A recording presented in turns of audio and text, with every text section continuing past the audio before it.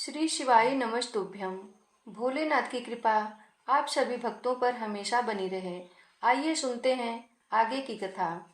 सूत जी कहते हैं, साधु महात्माओं, आपने बहुत अच्छी बात पूछी है।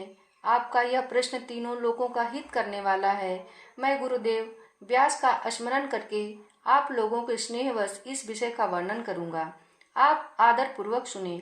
सबसे उत्तम जो शिव पुराण है वह वेदांत का सार सर्वस्व है तथा वक्ता और श्रोता का समस्त पाप राशियों से उद्धार करने वाला है।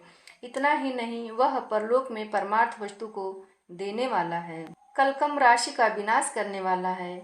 उसमें भगवान शिव के उत्तम यश का वर्णन है। ब्राह्मणों, धर्म, अर्थ, काम और मोक्ष, इन चारों पुरुषार्थों को देने वाला वह पुराण सदा ही अपने प्रभाव की दृष्टि से वृद्धि या विस्तार को प्राप्त हो रहा है। विप्रवरों, उस सर्वोत्तम शिव पुराण के अध्ययन मात्र से ही वे कलयुग के पापासक्त जीव श्रेष्ठम गति को प्राप्त हो जाएंगे। कलयुग के महान उत्पात अभी तक जगत में निर्भर होकर विचरेंगे। जब तक यहाँ शिव पुराण का उदय नहीं होगा, इसे वेद के तुल्य माना गया है। इस वेद कल्प पुराण का सबसे पहले भगवान शिव ने ही प्रणयन किया था।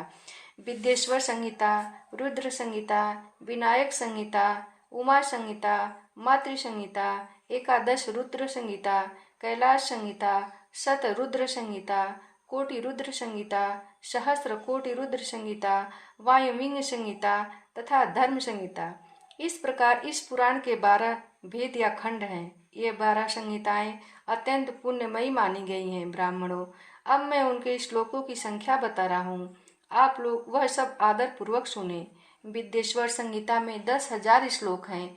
रुद्र संहिता, विनायक संहिता, उमा संहिता और मातृ संहिता, इनमें से प्रत्येक में 8-8 हजार श्लोक हैं।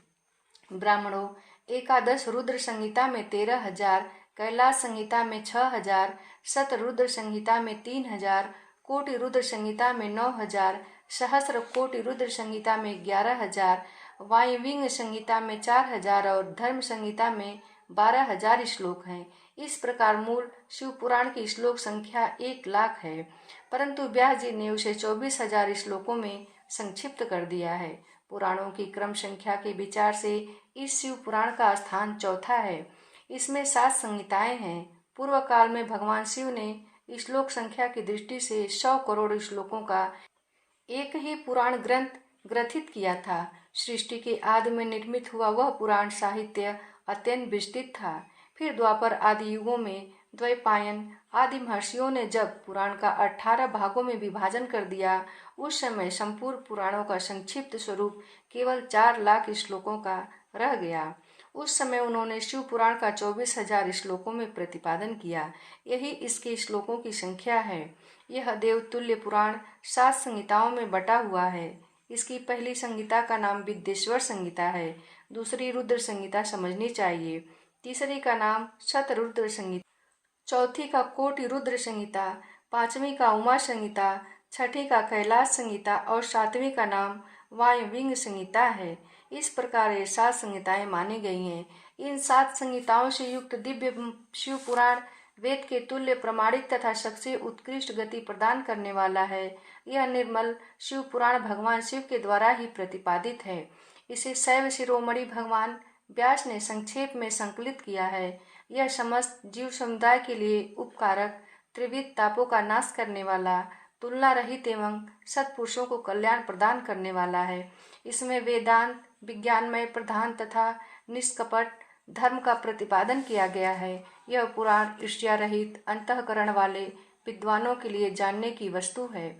इसमें श्रेष्ठ मंत्र समूहों का संकलन है तथा धर्म, अर्थ और काम, इस त्रिवर्ग की प्राप्ति के साधन का भी वर्णन है। यह उत्तम शिव पुराण समस्त पुराणों में श्रेष्ठ है। वेद वेदांत में वेद्य रूप से विलसित परम वस्तु परमात्मा का इसमें गान किया गया है। जो बड़े आदर से इसे पढ़ता और सुनता है, वह भगवान शिव का परम प्रिय होकर परम गति को प्राप्त कर लेता है।